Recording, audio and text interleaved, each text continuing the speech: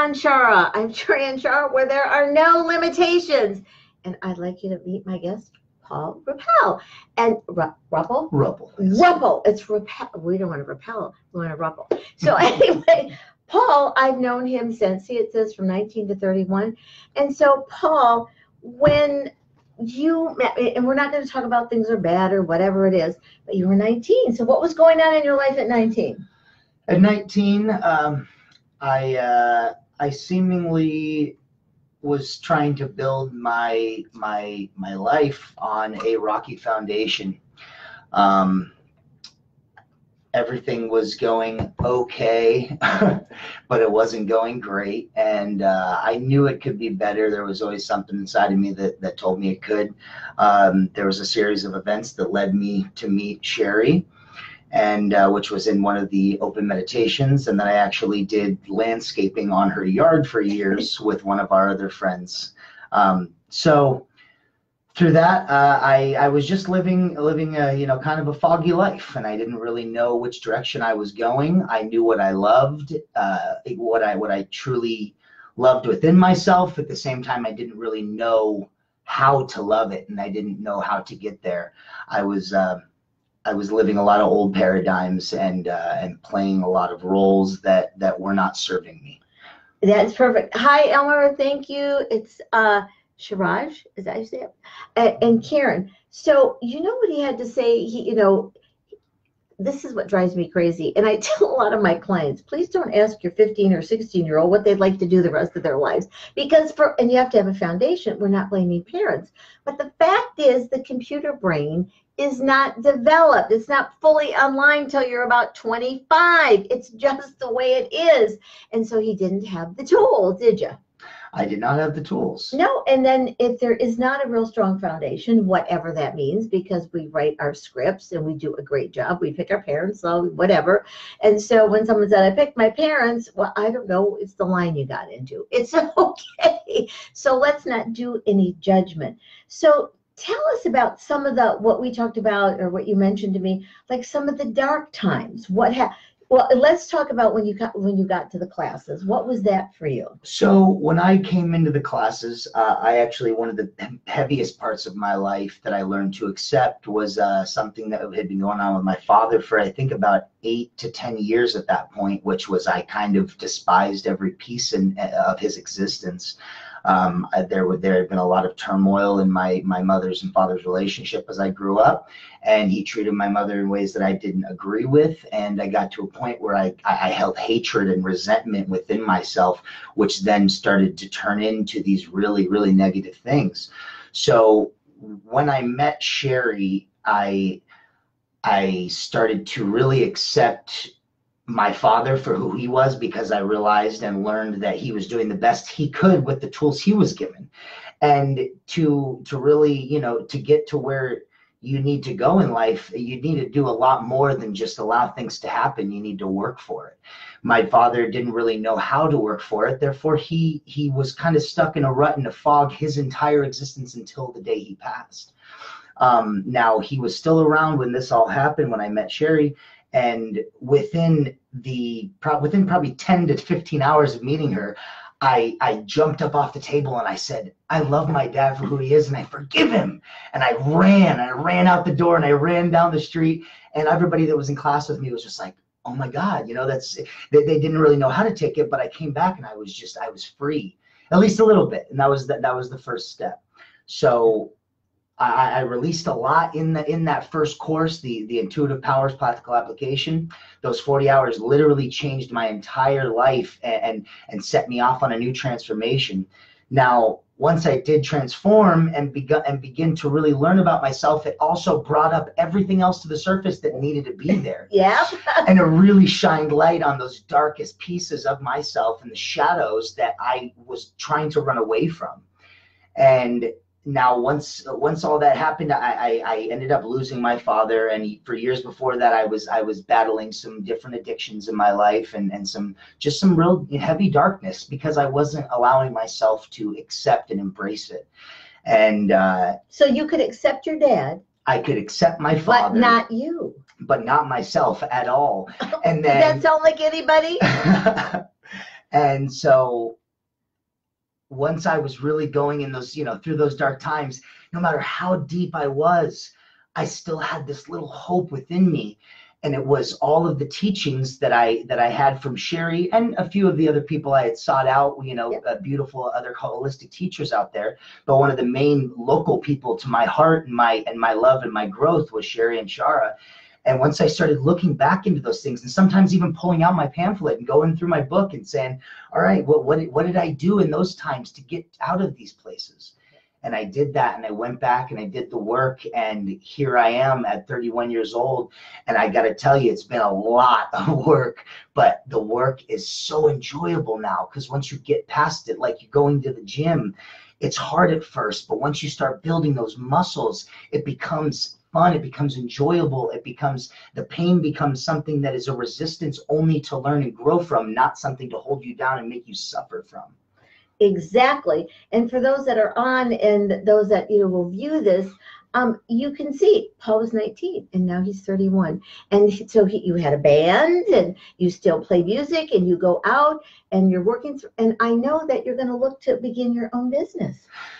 Yes, absolutely. Within hopefully the next year and a half, we've kind of started the process, but I'm learning a lot in the business I'm in right now, and which is the construction business. And I've kind of helped my buddies grow theirs, and when the time is right, I'd like to start my own, and I've already got my sights set on the right people to do it with, and I've learned a lot of that all just through discipline and disciplining myself in my own center, my own middle ground, my own your own self, my own self, and not looking externally, looking internally, and working in, not always working out. Yes. And so, hi, Elena. Hi, Tom. I'm so glad you joined us. So here you are. And the wonderful thing about Paul is now he has a girlfriend and he's planning on getting married. Now, Paul's 31. So when we stay healthy, Paul could live another, hi, Larry, you could live another, 60 years, whatever it is, well into your hundreds, because we have that in our bodies. We have that in our DNA. We have that in our consciousness, but you have to stay healthy. And so the more healthy you are, it wasn't the best part of getting out of your computer brain? Absolutely. Learning that you can walk around every day and not be weighed down by the locksteps of society and what people or other things feel like you should be, because the only true thing that matters is yourself, and if it starts here, then it can move outward. Yes. But if you build upon a rocky foundation, there's only so long before it implodes. Exactly. And if you start here, the computer brain, the left computer brain, you just keep recreating. But when you're here, and that does change that field. And remember in the quantum class, how you saw people connect to each other? Oh, absolutely. And I was the only man, I think, in the first one, and then there was 7 or 8 other women ranging in age from 33 to 77. And I mean, we all had no clue who each other were. And within 40 hours, it was like we were hugging and crying to say goodbye. And it was just so beautiful, because all of those limitations and boundaries of age or sex didn't matter. No. And they don't ever matter. So don't think they do. No. Be friends and give love to everybody you can. Exactly. And thank you, Emily and Larry. Thank you. I don't know what set on your hands means, but it sounds good. So, and any of you have any comments? So people think that like healing takes a long time. There is really, honestly, if I could get rid of the word heal, healer, healing, whatever, I'm not wronging it, but Paul just utilized the tools, the consciousness tools that we teach here. And then you heal yourself. I'm a facilitator. I cannot heal anybody, because here's the trick. People come to me and they say they're ready. You can't be ready. I'm ready for this. I'm ready for that. No, until you are willing. And Paul's been willing. And as he stated, hi, Jean, and he has been willing to do this, that even in some of the dark times. And who created all that stuff in your life? Myself. Yes, isn't that bad? Every single part of it. Every single part. You can smile and laugh about it. And it's beautiful that we can't even create the dark as much as the light, because it needs to be there. And then you can look at it and say, you know, and the only thing when people say, how do you get out of the dark? Turn on the light, turn on the light bulb, and light is information. You know, people say, I'm a light worker, so I'm not wronging anybody, but you are the light. You just have to take off those layers of crap, and then that's the light shows them. It's very practical. That's why we called it practical applications and still do.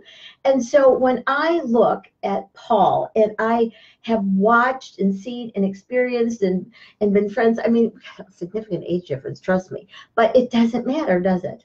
Not at all. No. Not at all. And, you know, now he has a wonderful girlfriend and they're going to get married and they're planning because now they have a foundation to plan upon. And they don't have to go through this relationship, that relationship, and all of that stuff over and over and over again. And every single time we have an issue, which of course we do, because in any relationship, as long as you're growing together, you're also feeling pain together. But pain is the biggest teacher in this world, and it's supposed to be there. The resistance to pain is the suffering, and we don't need to resist it. We need to work with the resistance as opposed to against it. Yes, this is 31 years old. Listen to this guy. Hi, Nicole. And so we've been taught to resist. So I grew up in the era, if you don't talk about it, it doesn't exist. And that was continued and continued, or what were the neighbors think? But you didn't know you were the neighbors, what the neighbors were thinking. What were you thinking? It was just ass backwards. It was ridiculous. So to watch Paul's growth and to meet his girlfriend and to know who's in charge of your life. Me. Yes. Me, baby. Yes. Instead of all that control, you can't control anything. And besides, I say this in wordology, is your biology. Control is the con of the troll inside your computer brain. So he knows, and he knows that he is the one. And isn't it fabulous that you have the tools to work with your fiance? Oh, it's beautiful. It's beautiful. It's what makes me know I can make it work always and forever, because we can give each other something to support each other, to support each other with, and to and hand off the tools and share with one another, and open up and say, this is how I'm feeling, and I don't have to sit here and hide from it and act like I'm not feeling it, because that doesn't do anything or anybody any better. We can give each other experiences and give each other feelings. Yes, and that's giving and then receiving. So it is reciprocity. And one of the best things, sorry to interrupt, no. One of the best things I think I did learn, which I heard the other night when I first when I saw Sherry again at one of these open meditations, was the non-emotional observer, which was such a huge thing. And I understood it then, but I understand it now so much more, because being the non-emotional observer of even yourself, I mean, more than anybody, yourself, and being able to, even when you say something that maybe you shouldn't have said, or crossed the line, or or it was emotionally, not shouldn't have, it was an emotionally driven context, I can step back and say, I apologize. I didn't mean to do that. And I can learn from that and know that I don't need to do it anymore. And even if I do, I can once again be aware and acknowledge the fact that it's there and that I'm doing it. So then if I keep doing something, I can make a track record of it and go, okay, what can I change now from the source of it to actually make a difference and a growth and a development? Did you hear what he said? What can I change from the source of it? Because I'm afraid, I love all these guys on here, because who's the source, Paul? Me. Yes, you are the source. You absolutely, and I'm the source, and you're the source.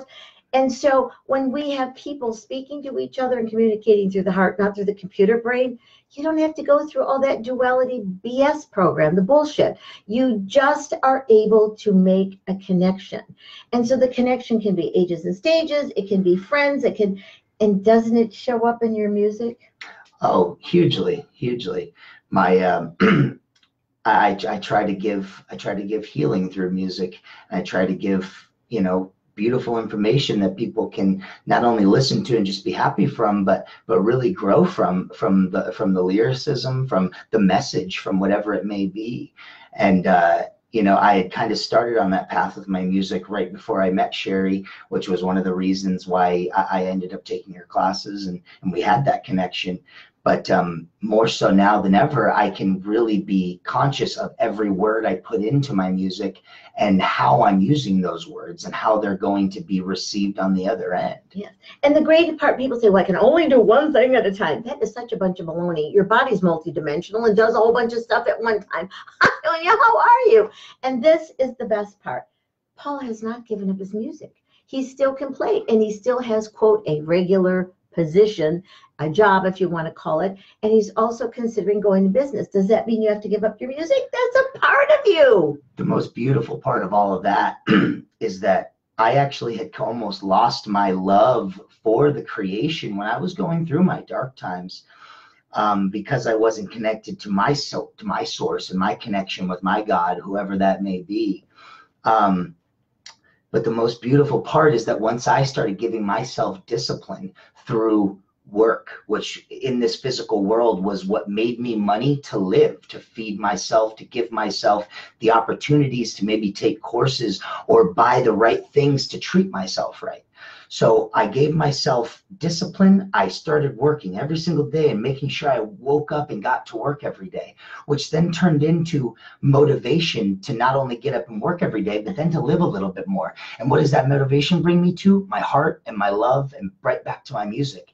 And then even though I have all this time I'm giving to my quote unquote career, it seems like there's still so much more time to create, because every moment that I'm not doing what I need to do to pay the bills, then I have other time to create and focus on my love. And then eventually that love will manifest and materialize into other forms of income for my heart and my love and my life. Are you listening to this guy? Oh God, I love millennials and Gen X, and now the Gen Zs are coming in. I love them.